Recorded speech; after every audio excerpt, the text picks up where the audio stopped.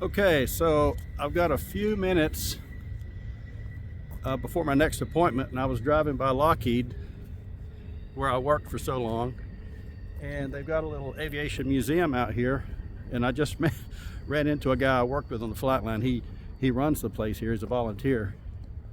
I won't say his name, but nice guy. We just talked about a half an hour sharing memories, but I'm out here at the Lockheed's Aviation Museum. I only have a few minutes till I have to leave, but I'll show you. Here's a C-141. I used to work on these avionics. Let's see if we can get a shot of it. There it is. And he said I could go inside, but I don't think I have time. Here's one of the sailplanes. I almost joined the sailplane club when I worked at Lockheed, but this is one of the sailplanes from the Lockheed. We had a flying club and a sailplane club.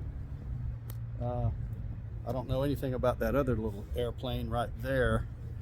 Let's just take a quick walk around of this 141. Well, I tell you what, me and the guy back there, we shared a lot of memories. We remembered all the same people and a lot of the same stories. It was just nice. I could probably talk all day with him.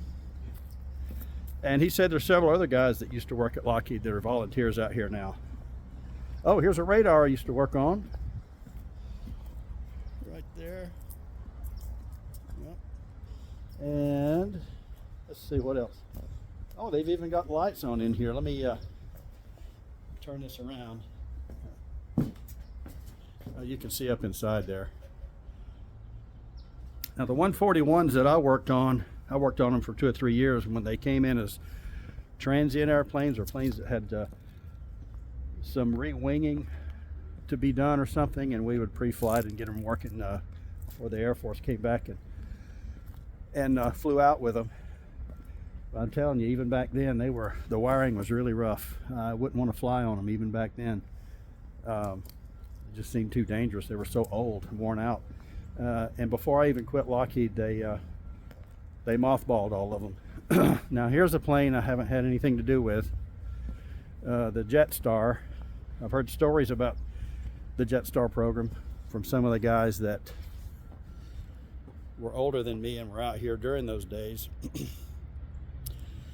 And one guy told me, an older guy told me that he was here when Howard Hughes owned a bunch of Jetstars and had guards around them.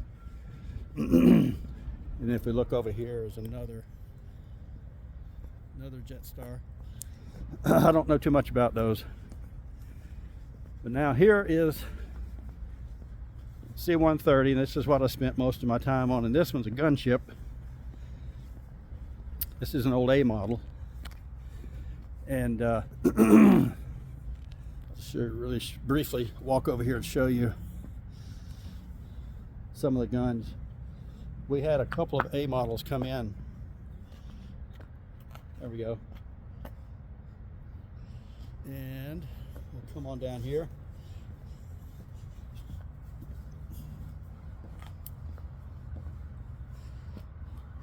But this doesn't have the howitzer. Huh. Now, we had a C-130 that Lockheed set some time to climb records for a cargo plane and all that back when I worked here. And they also modified it to do testing with the 6-bladed props so that they could develop the FADEC, or full authority digital engine control, for the new J models before they came out. And it ended up crashing right here about a mile from here and killed the whole crew, and I knew a couple of the guys on it. But this is the C-130. Again, this is the couple of Jetstars. There's the 141. And I don't know anything about the other aircraft out here. They've got some old Air Force fighters from the 1950s, some Navy planes. I would go look at those, but I've got a job to be on in about 30 minutes. Got to go tune a piano for one of my customers. They have a recital, I think, tomorrow. So I'm going to go ahead and get on the road. It's $5 to get in here, but this guy that I worked with, he said he was just gonna log me in as a guest, so I didn't have to pay. Alrighty then. So that's part of what I did today. I've seen this place slowly grow over the last few years. It's pretty interesting. There's an F-14, an A4, A7.